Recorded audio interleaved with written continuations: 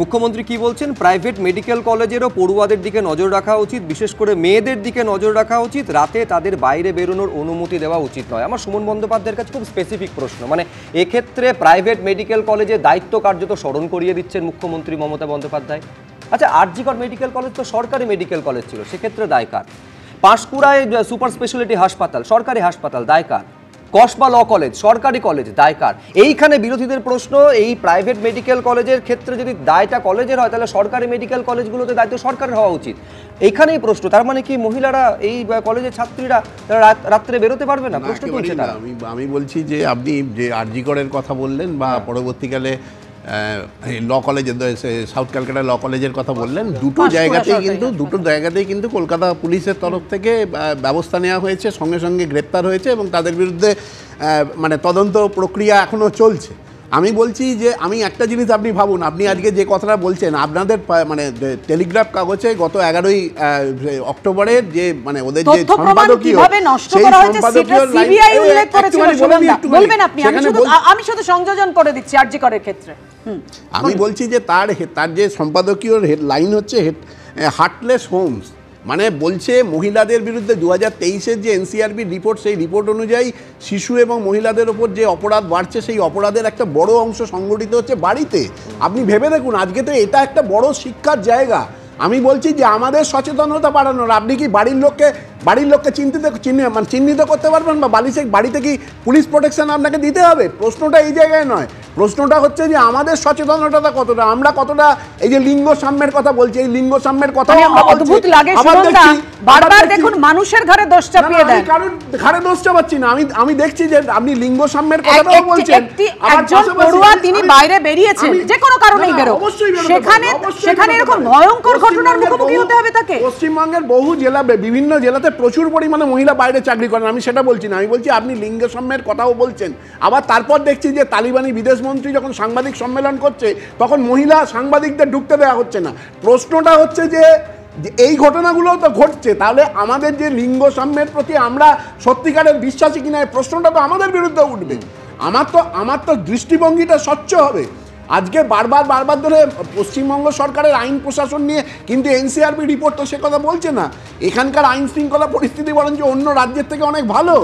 Kolkata safest city, এটা মানে চতুর্থবার এটা প্রমাণিত হয়েছে পশ্চিমবঙ্গ সারা 19টা মেট্রো সিটির মধ্যে সেফেস্ট। হ্যাঁ ঠিক, আমি বলছি বারে বারে যখন আফগানিস্তানের বিদেশ মন্ত্রী সাংবাদিক বৈঠকে কেন মহিলা সাংবাদিককে ঢুকতে দেওয়া হবে না এই নিয়ে প্রশ্ন তুলছে, ঠিকই তো প্রশ্ন তোলাটা সঙ্গত। আমি বলছি উল্টো দিকে এইটা তো দৃষ্টান্ত স্থাপন করা হয় যে আমাদের রাজ্য কতটা প্রগতিশীল। সেইখানে একের পর এক মেডিকেল কলেজে নারী নিগ্রহ, ধর্ষণ এবং হত্যার ঘটনা ঘটে যাচ্ছে, এটাও কিন্তু সমানভাবে উদ্বেগের জায়গা। আমি রাজস্বীর কাছে এইখানে আসবো, উল্টো দিক থেকে রাজস্বী এক যথার্থ বলেছেন যে এনসিআরবির এই এত অভিযোগ সত্ত্বেও তোমাদের এনসিআরবির রিপোর্টে কলকাতা সেফেস্ট সিটি, এবং দ্বিতীয়ত সত্যি তোমরা দফায় দফায় বিক্ষোভ দেখিয়েছো। বিক্ষোভ তো রাজ্য সরকার বা মুখ্যমন্ত্রীকে নিয়ে প্রশ্ন তোলা উচিত নয়, প্রশ্ন তোলা উচিত এই কলেজ নিয়ে। প্রথমে বলি যে কোন এনসিআরবি রিপোর্টের কথা সুমনদা বলছেন আমার সেটা ঠিক জানা নেই। যাই হোক, আমার কাছে এই মুহূর্তে আমি আনন্দবাজারের একটা অনলাইন একটা লিঙ্ক দেখাতে পারি, যেখানে কলকাতা কিন্তু হচ্ছে একদম সেফেস্ট সিটির তালিকা নিয়ে একদম নিচের দিকে আছে। যাই হোক, এবং যে কথাটা উনি বলছেন যে এনসিআরবি রিপোর্টের কথা বলছেন, সেখানে কনভিকশন রেট, পশ্চিমবঙ্গের কনভিকশন রেট হচ্ছে 3.7, much less than national average. যাই হোক পাপিয়াদি, 8:30 বেজে গেছে, তুমি উঠে যাও। মমতা বন্দ্যোপাধ্যায় বলেছেন যে 7:30টার পরে আর থাকা উচিত নয়। তো যাই হোক, তো 4 অক্টোবর ঠাকুর দেখতে বেরিয়ে ধর্ষণ, 8ই অক্টোবর মুর্শিদাবাদ সালারে, 9ই অক্টোবর বারুইপুরের 9 স্ট্যান্ডার্ডে পড়া একটি মেয়ে, তারপরে নাদিয়ালের বিশেষভাবে সক্ষম ভদ্রমহিলার ধর্ষণ, সেটা আমরা দেখলাম এখানটাতে।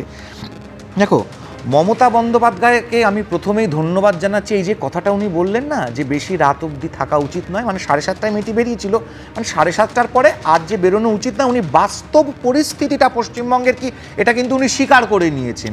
এবং উনি এটাও এর থেকে এটাই বোঝা যাচ্ছে যে, এবং বিধানসভায় উনি যে বলছিলেন যে মহিলাদের কাজ করতে হবে না, মানে পশ্চিমবঙ্গের বর্তমান পরিস্থিতি তালিবানি পরিস্থিতিটাই আছে, এটা উনি মেনে নিয়েছেন, তার জন্য ধন্যবাদ। কিন্তু অ্যাকশনটা কি মমতা বন্দ্যোপাধ্যায় কেন সঞ্জয় মুখার্জি, সমীর মিত্র, অমিয় সামন্তদের মতন ডিজি, আইজি, কমিশনার এই ধরনের ব্যক্তিত্বপূর্ণ লোকেদেরকে কেন উনি এখানে রাখছেন না?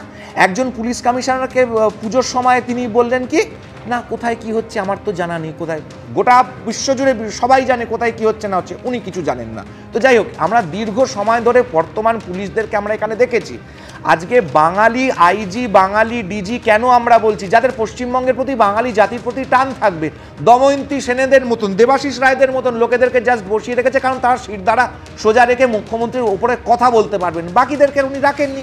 তো আজকে এই যে ঘটনা ঘটেছে, ন্যাশনাল অ্যাভারেজ আমি আপনাকে বললাম 21.3, পেন্ডিং কেসেস পশ্চিমবঙ্গে 31 লক্ষের ওপর পড়ে আছে, শুধু পেন্ডিং কেসেস। অ্যাসিড অ্যাটাক, যে এনসিআরবি রিপোর্টের কথা বললেন সুমনদা, ওই রিপোর্টে অ্যাসিড অ্যাটাকে পশ্চিমবঙ্গ হচ্ছে হায়েস্ট ইন দ্য কান্ট্রি, দেশের মধ্যে সব থেকে বড়। কোন এনসিআরবি রিপোর্টের কথা বলছেন? যে এনসিআরবি রিপোর্টের অধিকাংশ জায়গায় তথ্যটা পর্যন্ত রাজ্য সরকার সঠিকভাবে দেয় না। এই নিয়ে তুলকালাম হয়েছে, দিনের পর দিন দেখানো হয়েছে যে জেলার ওয়াইজ প্রত্যেকটা কালেক্টেড রিপোর্টের সঙ্গে এনসিআরবি রিপোর্টের কোনো রিপোর্ট মিলছে না, কারণ এনসিআরবি সেটাই দেখায় যেটা রাজ্য সরকার যে তথ্যটা পাঠায়, রাজ্য সরকার ভুল তথ্য পাঠাচ্ছে, তাই জন্য এনসিআরবিতে এখানে দেখানো হচ্ছে। আপনারা দিনের পর দিন এই একের পর এক ঘটনা ঘটে যাচ্ছে, আরজি কর থেকে আরম্ভ করে প্রত্যেকটা ঘটনা, পাঁশকুড়ার ঘটনা।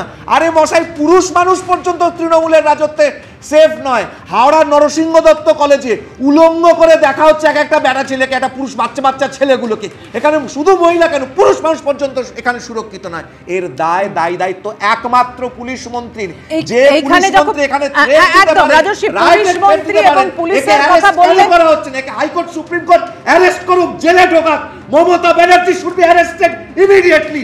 অপদার্থ মুখ্যমন্ত্রী, অপদার্থ পুলিশ মন্ত্রী। আমি এখানে মুখ্যমন্ত্রীর একটা মন্তব্য রাখবো। 2024 সালের 14ই সেপ্টেম্বর স্বাস্থ্য ভবনের সামনে একদম জুনিয়র ডাক্তারদের ধর্ণা মঞ্চে তিনি উপস্থিত হয়েছিলেন এবং বলেছিলেন, আমি আপনাদের আন্দোলনকে কুর্নিশ করছি, আমিও আন্দোলন করে উঠে আসা লোক, আমি ইউপি পুলিশ নই, আমি এখানেই শতরূপের কাছে আসতে চাইবো। শতরূপ, তাহলে আমাদের পুলিশ এই কনফিডেন্সটা জোগাড় করতে পারছে না যে আমি এখানকার মানুষকে, এখানকার বাসিন্দাদের, এখানকার মহিলাদের নিরাপদে রাখবো, ন্যূনতম সুরক্ষাটুকু দেব? ক্যাম্পাসের ভেতরে নয়, বাইরেও তারা সুরক্ষিত নয়। মমতা বন্দ্যোপাধ্যায় কোন পাঠশালা থেকে আইন পড়ে এসেছেন জানি না, কিন্তু আমি জীবনে এরকম মানে আমার পিতৃপুরুষের জন্মে কোনোদিন এরকম যুক্তি শুনিনি যে একটা রাজ্যের মুখ্যমন্ত্রী তিনি বলছেন যে সরকারি জায়গায় ধর্ষণ হলে পুলিশের দায়িত্ব, বেসরকারি জায়গায় ধর্ষণ হলে বেসরকারি কোম্পানির মালিকের দায়িত্ব। মানে এটা যে কি করে, মানে কোন মানসিক স্থিতি থেকে একজন কেউ বলতে পারেন এটা? এবং তার থেকে বড় কথা, নিজের মানসিক স্থিতি ছেড়ে দিন, জনগণের মানসিক স্থিতিটাকে কোন স্তরে দেখলে কেউ এই ধরনের কথা বলতে পারেন? আমি একটা কথা বলি, দেখুন আমাদের পৃথিবীতে না, বা আমাদের সমাজে দু ধরনের মানুষ আছেন পরিষ্কার। ধর্ষণকে কেন্দ্র করে একদম মাঝখান থেকে ভাগ করা যায়, দু ধরনের মানুষ আছেন। একদল মানুষ মনে করেন ধর্ষণ হয় ধর্ষকদের দোষে, একদল মানুষ মনে করেন ধর্ষণ হয় ধর্ষিতার দোষে। মমতা বন্দ্যোপাধ্যায় আজকে প্রথম নয়, একাধিকবার প্রমাণ করেছেন বিভিন্ন মন্তব্যে যে উনি এই দ্বিতীয় দলে পড়েন। উনি মনে করেন যে ধর্ষণ হয় ধর্ষিতার দোষে, যে কারণে কখনো ওনার দলের লোকেরা, কাকুলি ঘোষ দস্তিদার, চিরঞ্জিত ইত্যাদিরাও অতীতে বলেছেন। ওনারও এরকম একাধিক কথা রয়েছে, কখনো ওই হাঁসখালিতে বাচ্চা মেয়েটাকে নিয়ে বললেন প্রেগনেন্ট ছিল না, লাভ অ্যাফেয়ার ছিল ইত্যাদি ইত্যাদি, পার্ক স্ট্রিটের সময় বলেছেন।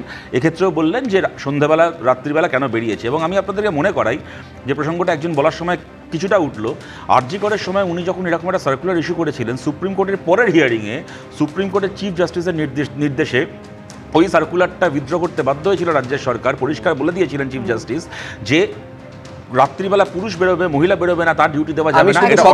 তুমি বলবে, আমি শুধু সাপ্লিমেন্ট করে দিই, এটা একটা রাত্রিরের সাথী বলে একটা প্রকল্প ছিল, যেখানে এইটা ছিল প্রভিশনের মধ্যে যে স্বাস্থ্যকর্মী এবং যারা চিকিৎসক রয়েছেন তাদের যত সম্ভব রাত্রে কম ডিউটি দেওয়া, এবং ডিউটি দেওয়া হলে জোড়ায় যেন দেওয়া হয়, যেটা সুপ্রিম কোর্টে প্রবল সমালোচিত হয়েছিল।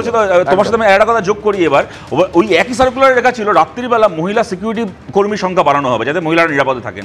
অর্থাৎ ডাক্তার যিনি মধ্যবিত্ত, উচ্চ মধ্যবিত্ত, সেই মহিলা ডাক্তারের নিরাপত্তা, আর মহিলা সিকিউরিটি কর্মী যিনি দারোয়ানের কাজ করেন তার নিরাপত্তা নয়, তাকে রাত্রিবেলা ডিউটি। তার থেকে বড় কথা কি বলতো, আদালতের নির্দেশে না সার্কুলার পাল্টাতে পারে, মানসিকতা পাল্টায় না। তো আচ্ছা, আমি একটা কথা এখানে জিজ্ঞেস করছি, এটাও তো কেউ চাইলে বলতে পারে রাত্রি 10টার পরে কোনো পুরুষ বাড়ি থেকে বেরোবে না, সমস্ত পুরুষের বাড়ি থেকে বেরোনো বন্ধ, তাহলেও তো ধর্ষণ হবে না। কিন্তু কেউ তো কথা বলেন না। প্রত্যেকবার ঘুরে ফিরে এই কথাটাই বিভিন্ন লোকের কাছ থেকে শুনতে হয় যে মেয়েরা কেন রাত্রিবেলা বেরোচ্ছে বাড়ি থেকে, তার জন্য এই সমস্ত বাড়ছে। মমতা বন্দ্যোপাধ্যায়, আপনি লজ্জা, আপনি নারী জাতির লজ্জা, আপনি মনুষ্য জাতির লজ্জা যে আপনার মতো একজন, মানে যাকে একজন মানে এত কিছু পেয়েছেন মানুষের কাছ থেকে, তারপর আপনার এই মানসিকতা। এবং আমার শেষ কথা আমি এখানে বলছি, দেখো রায়সীদা যে কথাটা বললো খুব আবেগতাড়িত হয়ে, মুখ্যমন্ত্রী শুড বি অ্যারেস্টেড ইত্যাদি ইত্যাদি, কিন্তু এগুলো মানে বলার জন্য বলা যায়, মুখ্যমন্ত্রীকে তো কোর্ট বা পুলিশ অ্যারেস্ট করবে না, কিন্তু সত্যি সত্যি ধর্ষণের প্রমাণ লোপাট করার জন্য কিন্তু গ্রেপ্তার হওয়ার সুযোগ ছিল বা করার সুযোগ ছিল সিবিআইয়ের হাতে আরজি করের ঘটনায়। আজকে শুভেন্দু অধিকারী এক্ষেত্রে যিনি ভিকটিম তার বাবাকে ফোন করছেন, ভালো কথা, বিরোধী দলনেতা করেছেন, আমাদের বলার কিছু নেই। কিন্তু শুভেন্দু অধিকারী যদি আরজি করের সেই ধর্ষিতার বাবা মাকে জাস্টিসটা এনে দিতে পারতেন, তার সিবিআই, তার ইডি নয় এক্ষেত্রে সিবিআই যদি এনে দিতে পারতো, তাহলে কে বলতে পারে কসবা থেকে শুরু করে দুর্গাপুর ঘটনাগুলো ঘটতো না। বরং আমরা কি দেখেছিলাম, যখন অমিত শাহ কলকাতায় আসছেন, পশ্চিমবাংলায় আসছেন, শুভেন্দু অধিকারীরা উদ্যোগ নিয়েছিলেন আরজি করে ধর্ষিতার অভয়ের বাবা মাকে তার সঙ্গে দেখা করানোর, রিজেক্টেড হয়েছিলেন। অমিত শাহ দেখা করতে রাজি হননি, পরে মোদি এলেন, মোদি দেখা করতে রাজি হননি, কলকাতায় সভা করলেন, বিজেপির মিটিং করলেন, একটা শব্দ উচ্চারণ করলেন না আরজি করের। একদম একদম মিডিয়াতে যা এসেছিল আমি তার ভিত্তিতে বলছি। আমি এক্ষেত্রে কি তোমাদের প্রতিনিধি দল যে আজকে গিয়েছিল তোমরা দেখা করেছো, কথা বলেছো? না না, আমি তো সেই দলে ছিলাম না, আমি বলতে পারবো না ব্যক্তিগতভাবে, কিন্তু আমি কথাটা এটা বলছি না, আমি ইন্টারাপ্ট করিনি। আমি যে কথাটা বলার চেষ্টা করছি তা হচ্ছে, একটা অপরাধ যখন ন্যায় পায় না তখন তা অপরাধীদেরকে আর 5 জন পোটেনশিয়াল অপরাধীকে উৎসাহিত করে, এই নিয়ে তো কোনো তর্কের সুযোগ নেই। আরজি করের ঘটনায় যদি সেই জাস্টিসটা হতো, তাহলে কে বলতে পারে কসবা থেকে শুরু করে দুর্গাপুর অপরাধীদের হয়তো কোথাও একটু বুক কাঁপতো। আর এই যে প্রমাণ লোপাটের কথা হচ্ছে, দেখুন আমি এটা বলি আমার কথা শেষ করছি। কামদুনির ক্ষেত্রে আমরা দেখেছিলাম এরকম গ্রেপ্তারি হয়েছে, কি হলো, তারপরে তারা কোর্ট থেকে ছাড়া পেয়ে গেল, কেননা পুলিশ যেভাবে তদন্ত করেছিল তার মধ্যে অনেক গাফিলতি ছিল।